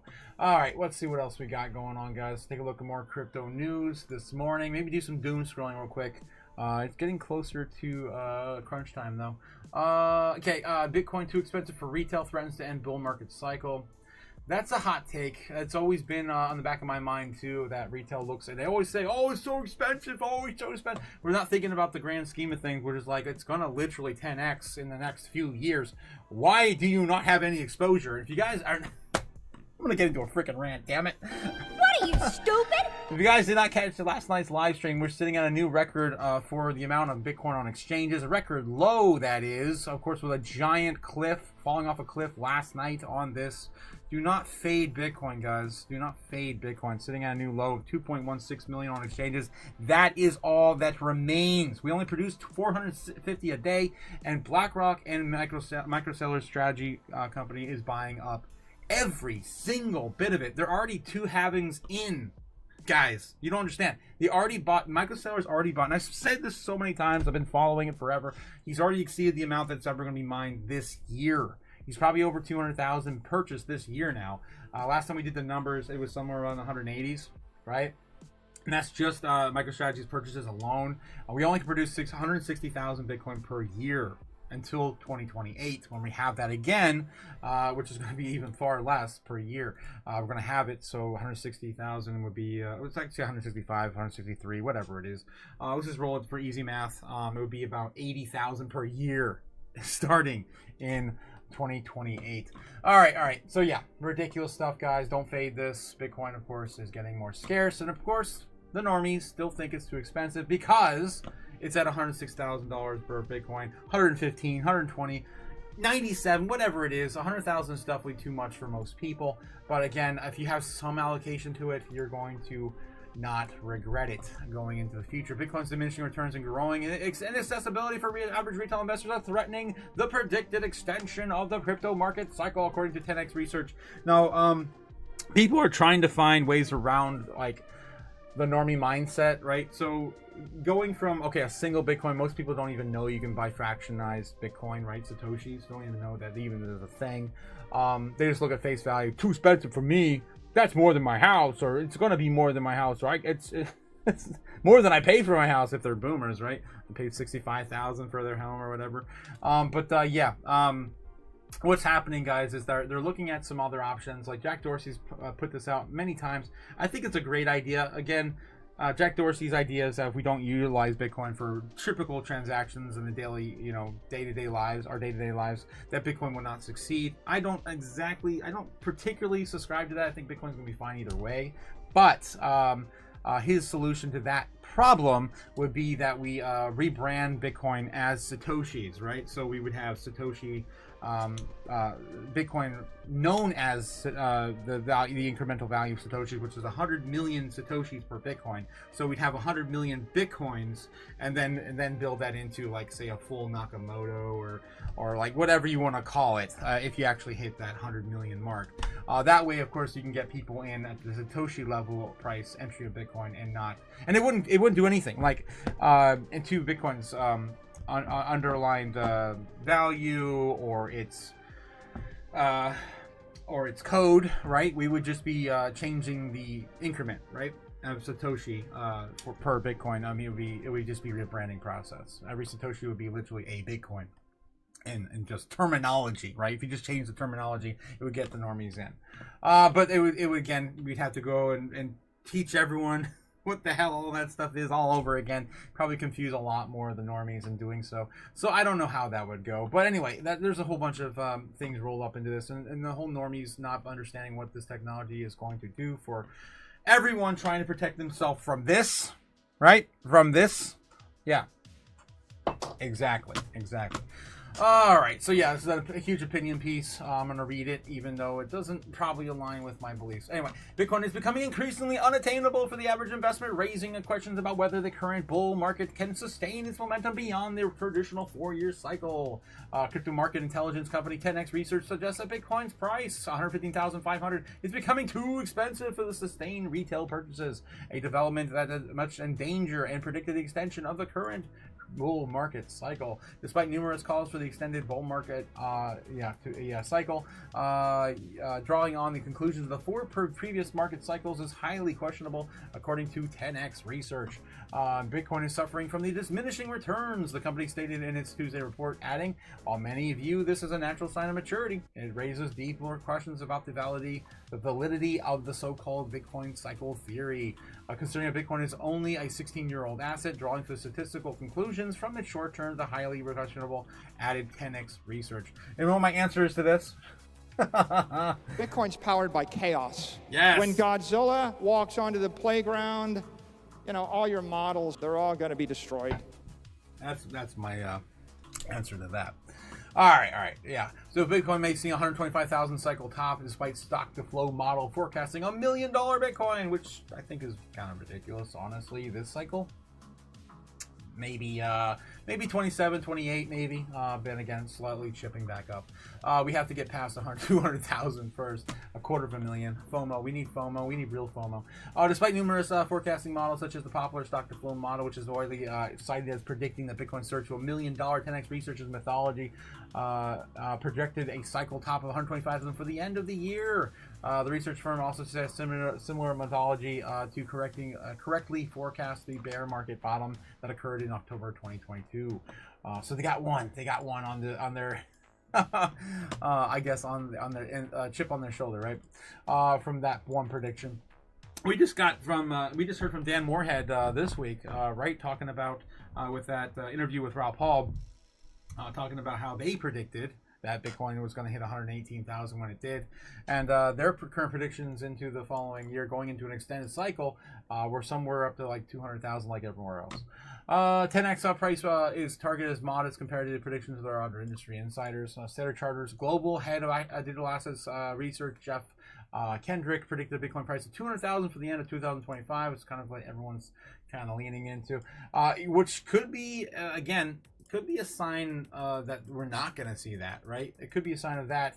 If we didn't have all these major catalysts looming that could potentially send it to these crazy highs, I would say, yeah, probably not going to see a 200,000 anytime soon, just because it reminds me too much of what we saw last cycle in 2021, which everyone was looking at the 100,000 target from like, what's his name? Plan B, of course, his stock to flow model, pushing that idea that everyone was going to see that 100,000. We stopped at about a $70,000 Bitcoin, 69,000. But anyway, at the end of 2025, so usually the idea is that everyone's looking at the same target. We're not going to hit it, because there'll be too many people trading towards that target, and again, that's how the trader mindset basically pulls that back. As the record of $19 billion liquidation event may turn into a buying opportunity for investors, it told Cointelegraph during the 2025 European Blockchain Convention in Barcelona. In a February interview, Kendrick predicted that Bitcoin could surge to 500,000 at the same time Trump concludes the second term in 2028. So Cointelegraph reported the industry's most successful traders, tracked as smart money traders on Nansen's blockchain intelligence platform, are also seeking increasing Bitcoin exposure. All right, so yeah, again, that's pretty much the whole thing in a nutshell for that opinion piece here. So again, since I of course talked about this other side, I do want to keep again much of a bias pretty much open as possible. I do have a very, very clear Bitcoin bias, so I'd have to read some of this like that, keep myself in check from time to time. All right, moving on. Malays party midterm wins. Yes, of course, we talked about that already yesterday. What else do we have here? How to turn ChatGPT into your personal trading assistant. Okay, let's go somewhere else. Let's take a look over at Cointelegraph. We're already on Cointelegraph. Which one? Jeez. How about Daily Hodl? Let's take a look at Daily Hodl. Institutions pour $921 million, that's almost $1 billion, into crypto assets in 1 week, with Bitcoin, XRP, and Solana leading the charge. Again, guys, Bitcoin dominance. Bitcoin dominance. God. This entire idea of like 60% dominance is bullshit, ridiculous, stupid. It's still there. It's still at 60% dominant. Okay, all right. So yeah, mostly going into Bitcoin this week, I would say. Institutional investors just bought the overall total of $921 million in crypto assets. That's pretty much headline says it all. Crypto analyst says that one altcoin is potential steal as Bitcoin tries to break out. We can take a look and see what they're pertaining to here. Widely followed, crypto trader says he's keeping an eye on market's best opportunities while looking at Arbitrum. Ooh, nice Arbitrum. Haven't heard about that. Oldie but a goodie. In a while. In a new post on X, crypto analyst Michael Van de Poppe tells his 812,000 followers that Wormhole, damn, let's go. Wormhole, interoperability project that allows communication between blockchains, is potentially a steal at this current price. That's what I've been saying for months. What are you, stupid? That's crazy. Never get any news on Wormhole either. It's an opinion piece, guys. Also opinion. Don't forget, guys, not financial advice. Invest only what you're willing to lose. Yada, yada, yada. I just have to say it. Again, I'm not a financial advisor. Very glad that I've got Wormhole allocated in the altcoin portfolio in a size that I've got allocated. Altcoins are about to break out to the upside, although the market crash wiped everything out yet again. Of course, we're referring to the one we just had back on October 10th. That's why the next leg up should be higher than the previous one, and that brings a W, Wormhole, as a potential steal at these prices. All right.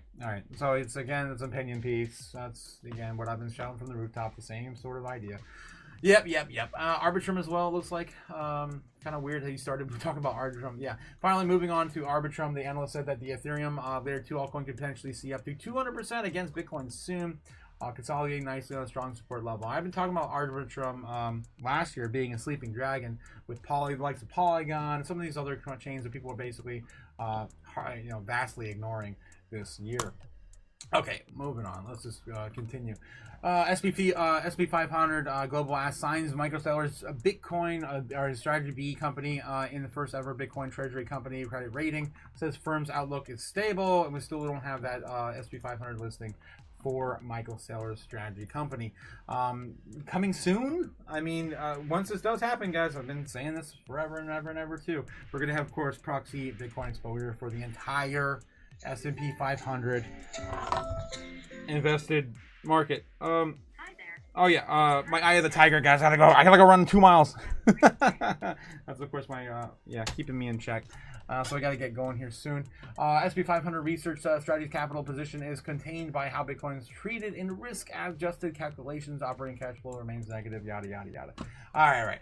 Let's see. Yeah, we're still waiting for that to also play out as well. We talked about that yesterday, so I don't want to get too much in the weeds there today on that. China's processing 175. I don't even know what number that is. Billion yuan, or is that trillion? I think that is trillion. Yeah, 175 trillion yuan, which is probably equals to some sort of billion. I don't know. In U.S. dollar terms, across 189 countries as the BRICS nation boosts foreign access again, ditches the dollar dependence. Guys, they're already over 95% usage of the dollar. They're not using the dollar anymore in these countries. We're ditching the dollar across the world. And of course, that's some of the biggest nations on the earth: Brazil, Russia, India, China, and South Africa. All right. Yeah, I don't want to there's so much doom wrapped up in this. I want to read it so bad, but I just don't have the time. Let me just get a snippet here. PBC has integrated CIPS with a digital yuan and has expanded overseas bank branches, and in June, China and Hong Kong linked their fast payment systems to streamline cross-border remittances. Inbound mobile payments has also just jumped, according to the Global Times, with 10 million foreign users in the first half of 2025, and transactions up 162%. China is driving the economic alliance BRICS and its efforts to develop independent payment infrastructures like CIPS, which has signed settlement agreements with over 40 nations to reduce the U.S. dollar dependence on the counter sanctions. Okay, there we go, guys. Again, more BRICS news. More doom every single day. Banking giant Citi partners with top U.S. crypto exchange Coinbase to help institutional clients use digital assets. Again, more banks, of course, settling with Coinbase. They're going to bed with Coinbase. All right. What else do we got? Let's take a look real quick at, how about the Bitcoin.com news? Yeah, news.bitcoin.com. Billionaire Bitcoin miner TeraWolf secures 25-year AI compute contract. I can't read the rest of the highlight. Worth 9.5 billion. Damn. True Social bets big. Partners with Crypto.com. Again, we've been talking about that for months. So this is not new. I don't know. They had a major announcement pertaining to what they're doing with more of the True Social coins, and maybe Trump's coins integrated that with that as well. That's why we saw that pump today. TruthFi, True Social announced exclusive deal. Crypto.com's derivatives North American, a CTF registered exchange. Partnership will make True Social the first social media platform to host in prediction markets with a feature called Truth Predict. This is why it's pumping today. Once live, users can trade in contracts and tied to everything from elections outcomes and interest rate decisions and gold prices and sports championships, etc. Basically, kind of like Polymarket for Crypto.com. Basically, that's what my takeaway is on that there. KR1, which again, don't forget, Polymarket's coming back to America. Polygon is going to probably explode with that soon. Hong Kong and mainland investors signal strong demand for tokenized Demand for tokenized funds, study finds. 61% of retail investors in Hong Kong and Chinese mainland plan to increase allocations to tokenized funds coming soon. Hong Kong still in the lead for crypto capital of the world. Trump praises Malay's landslide victory in Argentina as the dollar, of course, starts to get more exposure in there. Yet dollar exchange rates plunges. Argentina, of course, they're going through their third extinction event for the Argentinian peso in the last 20 years, 30 I think it's 20 years. I don't think I would give them enough credit to say their pesos lasted 10 years at a time. What else we have here? Controversial Bitcoin proposal targets data abuse risks with soft fork. I think that's what that says there. soft fork plan. Bitcoin developers are debating a new Bitcoin improvement proposal, the BIP, that would temporarily restrict the amount of arbitrary data attached to transactions. An effort aimed at curbing the potential abuse following the Bitcoin's core v3 update. Which again, guys, you don't have to, so anyone who's operating a node does not have to use the new core update, right? There's still people that just, I would say about 80%, maybe 80% of people operating nodes have not even updated to the core yet. So yeah, lifted their limits of LP return data. Let's see what they got here for this here. The goal was to prevent large arbitrary data uploads of blockchain that could expose node operators to legal or moral liability, or if illegal content were ever to be included. So the core update, if you guys are not familiar with this for Bitcoin, was to allow like more of these like pictures and data to be transcribed onto Bitcoin's blockchain permanently. So the fear is, and again, I think this is why a lot of people are not updating, is that things like child porn and really illicit materials could end up on the blockchain permanently, and it would be catastrophic if something like that were to occur. So yeah, supporters argue that unrestricted data storage could allow illicit material to be permanently embedded on the blockchain, what I'm talking about, forcing node operators to store and distribute it. The nature of Bitcoin requires users to fully validating nodes and draft states of proposal ads. If the blockchain contains content that's illegal to possess or distribute, node operators are forced to choose between violating the law or shutting down the node. All right, again, a lot of people just don't want to clog the pipes with all this silly nonsense. This is not what Satoshi's original vision was, right? Proposal would self-expire after the year. During the developers could draft more permanent, less restrictive measures. Proponents view it as an emergency safeguard to prevent abuse of LP return function, which critics who tend to use suppress it to protocol level censorship, etc., etc. All right, so that's all I want to really go into the details there on. If you guys are not following this, it's important if you again want to invest in our technology. Let's continue on. Indian court recognizes XRP as property and landmark crypto ruling. India's advanced crypto future as a Jesus. Yeah. Robert Kiyosaki calls fake panic, says he'll buy more Bitcoin if it crashes. Yeah, he's been saying that for a while now. Calling for the everything crash. Yeah, so I was talking about this Indian court thing on XRP's property, and latest crypto ruling. That's pretty big. That's pretty big. I think we talked about that a few days ago. I think that's old. All right, getting back in the chat here. In the chat, I'm having a great day. Thank you, Jake the Snake. Yes, I hope you guys all have a great day. Wrench King. What is up, Jesse? Yes, hope you're having a great day, guys. Everyone as well. France introduces a bill to buy 2% of the total Bitcoin supply for their national reserves. Damn, Andy coming in with some heat. Satoshi started a fire in cyberspace. Let's go. Take your fiat currency and feed the fire. It looks like Francis. Guys, let's jump over there and find that bit of news. Might have to go to X for that. Thanks again. I'm gonna jump on here. October 28th, 2025, French lawmakers introduced a bill to create a national Bitcoin strategic reserve.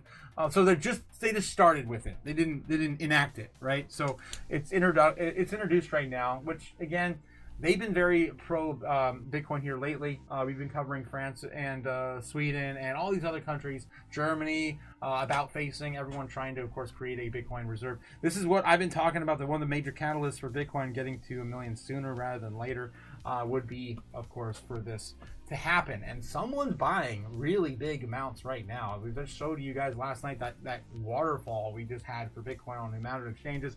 Do not forget to get a piece of the pie. Yada, yada, yada. Yeah, it's coming. It's coming.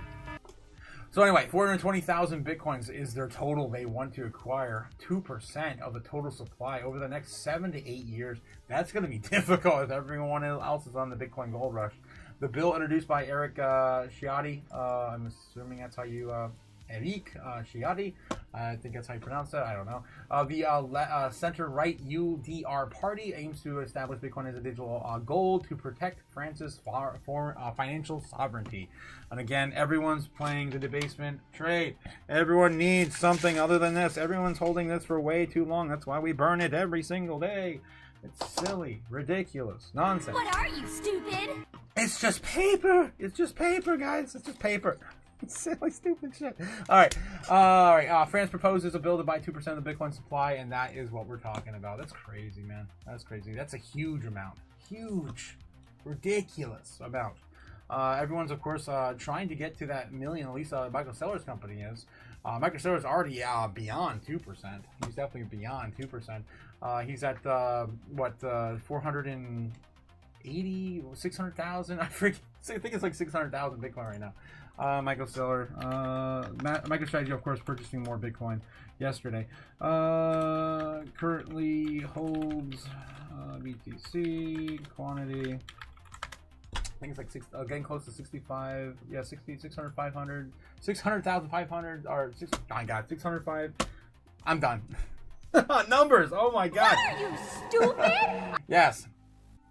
All right. 650,000 is what I was trying to say. 640,000 currently on MicroStrategy's holdings.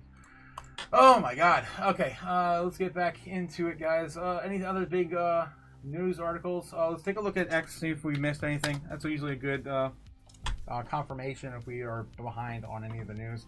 Guys, some doom scrolling coming at you. Let's see what we got here today. All right. Trying to catch up in the chat before this, though. Oh my God, I'm having a great day, says Jake the Snake. I sliced my left thumb 2 days ago. That's weird, Brave. What the hell? That's crazy. We all have crazy left thumb injuries. That's nuts. That's crazy. Yes, welcome to McFreedoms. Would you like to try out our FUD article breakfast meal? Guys, comes with a bowl of bear bits and a side of freedom fries. Yeah, we just grind them bears up to bits. Yes, only at McFreedoms. Coming to a city near you. Oh, yeah. Just playing with my toys, guys. It's fine. No big deal. Tis merely a flesh wound. Yes, merely a flesh wound. Scott Box says, Andy. Thanks, Jake the Snake. Honey badger never find your mound. Hopefully. May a honey badger never find your mound, Jake the Snake. Spencer says, just watching the parabolic micro dump now, says Spence. Let's take a look at the parabolic micro dump. 115,200. Still printing that handle again. 60% move to the upside. Still potentially could fall back on its face here.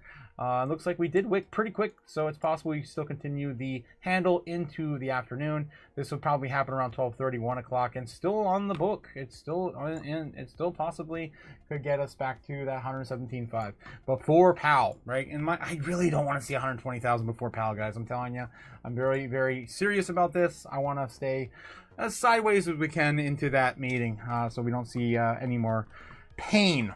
Layer 2 tokens suck the inflation in insane coins like Arbitrum and Optimism. Yes, Optimism as well, Max. No FUD, Spence. I'm probably jumping around, skipping a whole bunch of stuff, guys. I'm sorry if I am. Tis but a scratch. No arms. Yes, of course, no arms. Of course, Monty Python, one of the best skits ever. The Kingdom of Ohio recognizes the honorable delegate from McFreedoms. Yes. His honorable delegate. Neb's coming in, says he has 700,000 Bitcoin. Almost. Not quite. Let me get 5 of them. Let me get 5 of them, says Nebs. Damn, 5 Bitcoin. That's a lot. That's a lot of Bitcoin. That's over $500,000 right now. All right. France considers the bill to accumulate 2% Bitcoin total. Now is all trending here on X. So let's reshare that one. Bitcoin micro seller, of course, saying you never sell your Bitcoin. He's quoting himself from 2020. Some have asked how much Bitcoin I own. I personally hodl 17,700 Bitcoin, which I bought at $10,000 each on average. I informed MicroStrategy of these holdings before the company decided to buy Bitcoin itself. And of course, that goes down in history. And people are saying, he doesn't hold any. He doesn't hold any. It's not his. He has plenty of Bitcoin.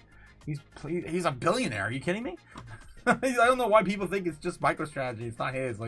He still has a huge hoard of Bitcoin, and that's just his holdings from 2020. That was 5-6 years ago. PayPal has partnered with OpenAI to enable instant payments via ChatGPT. We already covered that. Let's of course get confirmation. We covered everything today, right? More France Bitcoin news. Las Vegas police launched Tesla Cybertruck fleet with live drone support. Damn, they're really playing big into Tesla. So if you guys didn't notice, this Bitcoin Vegas 2025, right, the conference, there were a lot of Bitcoin themed Teslas and also a lot of Teslas in general for Vegas. And now it looks like they have a bigger partnership coming for Las Vegas. So yeah, they're going to have a fleet of police vehicles. They look pretty cool, actually. It looks like something right out of RoboCop. That's insane.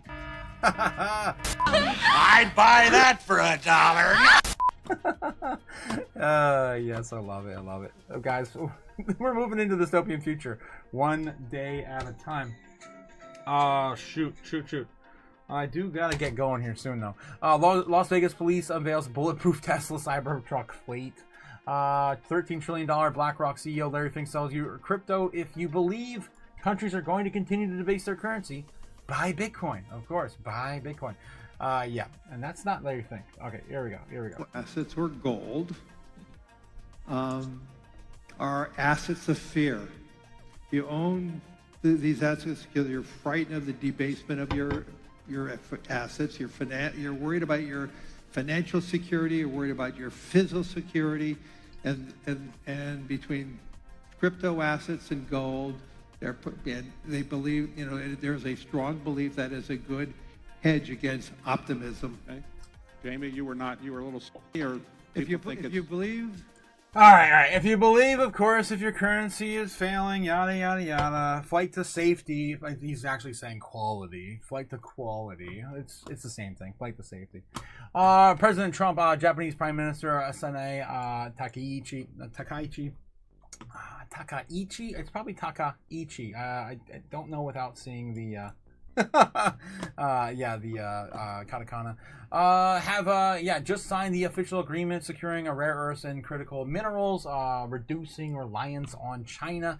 The Trump ex Takaichi alliance is off to an incredible start. Of course, we showed you guys this day, them, and that very, very firm handshake there. The large. Some people say tyrant. Some people say gentle giant. I don't know. Donald Trump. Breaking France to buy $48 billion in Bitcoin. Yes. Coming soon. 98% chance Federal Reserve cuts interest rates by 20 basis points tomorrow. According to Polymarket, same thing, different day. Everyone's talking about Norway now also doing the same thing. The largest pension fund just bought $29,000 worth of Bitcoin exposure via MicroStrategy. So again, they're buying MicroStrategy. Norway is buying Bitcoin, kinda, via proxy. Tom Lee showing this one, basically saying it's worth keeping an eye on this. Gold top 2020, 2025, and of course Bitcoin and the lagging gold indicator, which I showed you guys this morning on the Bitcoin chart. Yeah, it's gonna happen here soon. Oh my god, if I don't crash it every single time. There we go. Yeah, there's Bitcoin, guys. That's where we're going. We're going up. Banana Zone coming soon. That's exactly what he's showing there. Samson Mal, yes, a wallet upcoming new feature for the Aqua Bitcoin, so you can have a toggle between multiple wallets on one device. One personal for one use, and I'm not sure what he's trying to show there. Multi-wallet is coming. Multi-wallet. Okay. Of course, my Otaku brothers from another mother. Okay, France considers the bill to acquire more Bitcoin. Yes, 2% of the entire supply. Since early 2025, Bitcoin's hash rate has surged from 801 exahashes on January 1st to 1,100 exahashes today. It's insane, with the US, Russia, China leading the exahash gains. There you go. Ohio local news. There will only be 21 million mined, and there are 56 million mirrors. There you go. Only in Ohio. Oh, hail the king of Ohio! This is ridiculous. Ohio local Another news. record set today by the price of Bitcoin. How many of you understand it? I don't. I can't teach you about it, but today I talked with a financial advisor who believes you need to learn more about it. Ray Houston watches the financial station for a Bitcoin price. There it is right there. 92,600. Another record-setting day. I absolutely advise everybody to do your homework on it, to research this.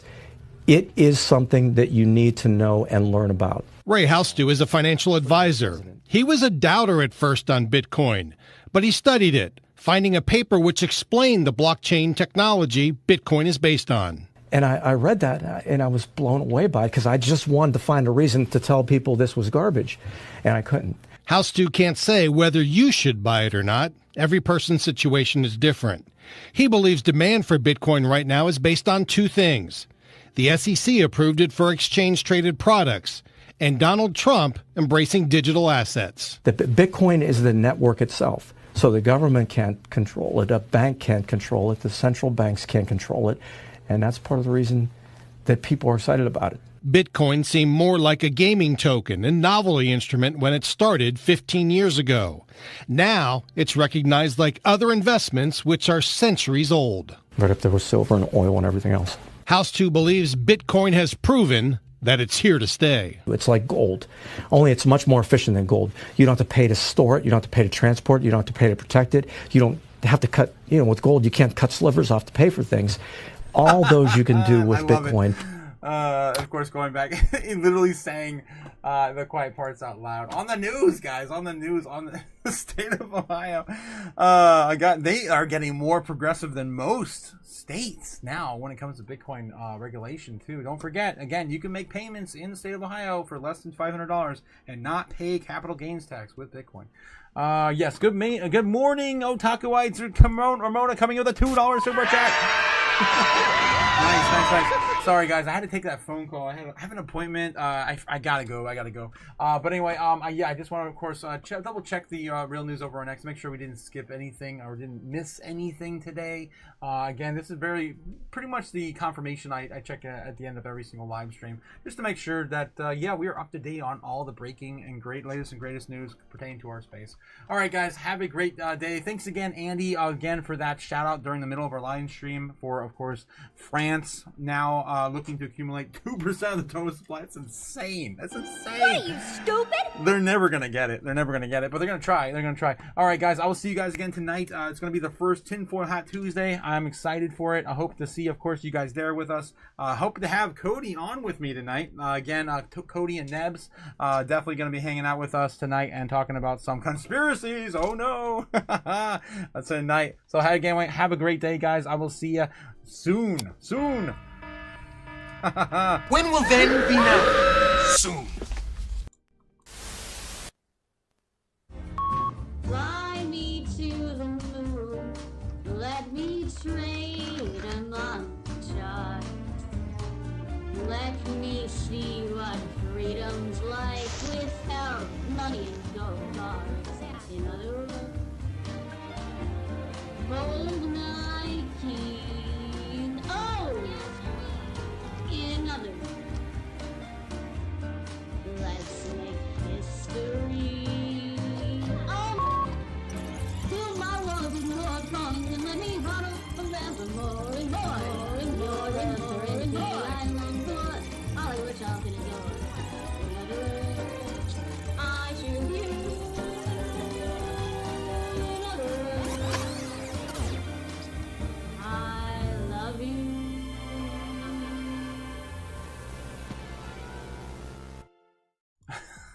Again, shout out to Jake the Snake, thanking me for shouting out his kingdom so much today. Don't thank me, man. You guys are killing it over there in the state of Ohio. It's insane, guys. Don't forget to also take your orange pills. Where the hell's my light? Don't forget to take your orange pills every single day. Today's no exception. Definitely want to take one of these beautiful orange pills. Just one a day keeps the fear and FOMO away. Fear and FUD, fear and uncertainty and doubt. Yes, all the FOMO and the FUD. All right. Bitcoin, just a quick little update before we head out. Again, thanks again, Ramona, for that $2 super chat and supporting the chaos today. Again, we'll see you tonight. But, quick little update before we head out on Bitcoin, because I almost forgot. Again, to remind you where we're at, what we're facing. We're still looking at this possibly playing out to the upside. It's been my idea since the morning open. That we've been stuck in this little cup and handle here that could play out to the upside here. About a 60-65% chance we break up to the upside, hitting about 117,005. Again, we are respecting the channel at the very bottom here, the very tippy top of our previous indicated breakout from this channel. So the longer we hold that, and it looks like we're working up pretty strong, yeah, it's pretty much clear to me that this is probably where we're headed today.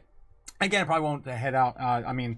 Probably won't play out until about 12:30, 2 o'clock in the afternoon. So again, intraday trading possibly ahead for today. Again, I really don't want to see this, to be honest. I just want to see us kind of oversold, staying a little bit lower for Powell's meeting, so we don't get much a nasty sell-off if he, of course, wants to go bearish during his conference. Anyway, guys, we're going to, of course, see you guys tonight. Have a great day, and yeah, stay safe. Don't do anything stupid. Which one's the best crypto asset? Well, Bitcoin's the best crypto asset. Okay, what's the second best? There is no second best. Yes. There's no second. Watch the cash burn, land fade. A new world rises, we've made the trade. The robots are rising, AI's taking the crown. But we're the ones that won't back down. Bet.